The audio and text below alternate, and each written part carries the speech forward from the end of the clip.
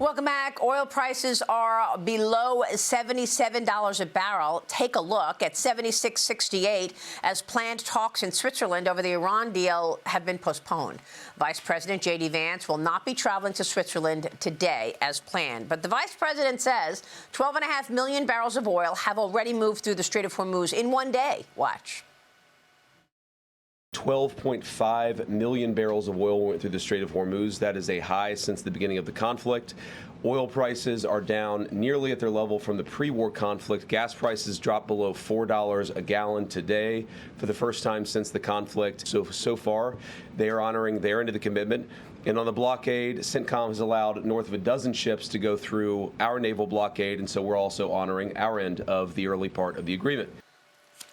Joining me now is United Refining Company and Red Apple Group Chairman and CEO John Catsimatidis. John, good to see you. Thank you so much for being here. And this comes after the Federal Reserve kept rates steady this week.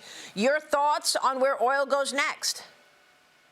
Well, I mean, we've been predicting it right for the last couple of years, Maria. And we did say 30, 60 days ago, the minute the Strait of Hormuz opens up, and it's opened up, that the price is going to drop $20 a barrel.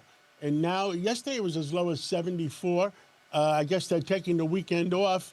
And Monday morning, I think the next stop for oil is probably $65 a barrel. And the price of gasoline in the United States should go down to under $3 a gallon. And energy costs will go down. Now, the other thing is interest rates. Now, interest rates, I mean, there's all kinds of people that are putting pressure on interest rates. They're going to go up. They're going to go up. They're going to do this. They're going to do that. Well, the new chairman, I believe he's committed to do the right thing, and that the interest rates will go down because, you know, everybody's talking about. Hold on. John Schott is obviously shaky, but listen to what he just said. A minute ago, he said that he thinks oil, the next stop is $65 a barrel. Crude is at 76.68, and John Catsimatidis is expecting this decline to keep going to 65, Cheryl. By the fall, that is a very realistic range for oil. And look, that's where we were before the conflict began.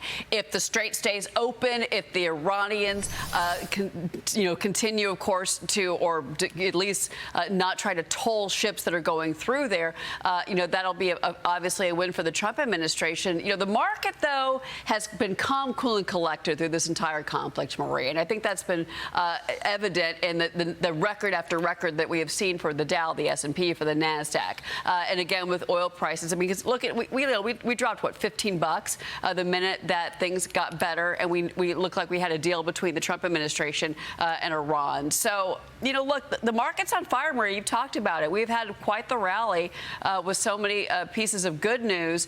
And if this 60-day ceasefire, this agreement holds, this memorandum of understanding, it stays in place, then $60, absolutely. I agree with Katz. I think, Todd, you know, this 60-day period is really what we need to be watching, and how the Iranians react. I mean, we saw what Khomeini said. He's obviously at odds with the president of Iran, who wants to move forward and do a deal with President Trump and the administration. Your reaction? Yeah, it does call into question the staying power of this deal, like who's in charge, who signed it. Right. I think all those things are still open questions. For me, this was a necessary move to kind of show the world, hey, we can lower prices. But again, Maria, my concern, none of this matters if prices are still high heading into early voting in October. Because let's face it, you can't really impact inflation in any other area. It's not like eggs are falling to $1, right? That's not going to happen. Gas, you can. And you have to give the American voter something tangible. That's why this was a shrewd move, but it needs to stay a shrewd move between now and November. And my fear is that if we go back to fighting, It's not. It's not going to improve. It's going to get worse. And, that's going to hurt Republicans come November. Yeah, I mean, the president would like to see oil and gas down certainly before the midterm elections, but his priority is ensuring that Iran doesn't have a nuclear weapon. But national gas prices are now at their lowest level since March. Regular gasoline right now is under $4. That's down 56 cents from a month ago, following the signing of that 60-day memorandum of understanding to open the Strait. Karina, I want to get your take on what's happening in New York with Mamdani, because, of course, this is another issue that we're all talking about every day. The New York City mayor, Mamdani, testing his political clout in Brooklyn last night at a rally for progressive congressional candidates. Vermont Senator Bernie Sanders was there. Mamdani did not hold back his true feelings about the Democrat Party. Watch this. For far too long, our party has seen its job as managing decline instead of delivering material change for working people. It has seen its job as explaining why we cannot instead of showing how we can. And that old way of thinking will lose on Tuesday. We need a Democratic Party with backbone. A Democratic Party that offers an affirmative agenda without apology. Karine, your thoughts?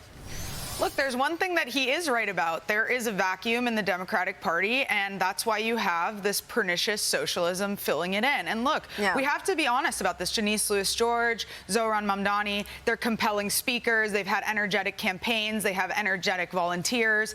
And when there's nothing else that the Democrats are offering, well, it's pretty easy for bad ideas to seep in.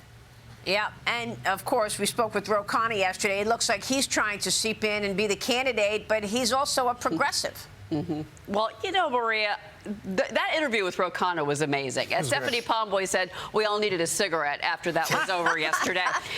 Very true. Yeah. But absolutely, that was the piece of the interview that I really grabbed onto, because he absolutely is trying to set himself up for 2028. And look, it's going to be about affordability. And again, that's why we're talking about Zohran Mamdani, because that's what he grabbed onto here in New York City. They saw that, the elders of the party saw that, and they're going down that route too. And Ro Khanna mentioned that to you yesterday, Maria. He said it. Yeah, affordability. Sure did. All right, we will take a break and come right back at it. Stay with us. We'll be right back. You're watching Mornings with Maria live on Fox Business.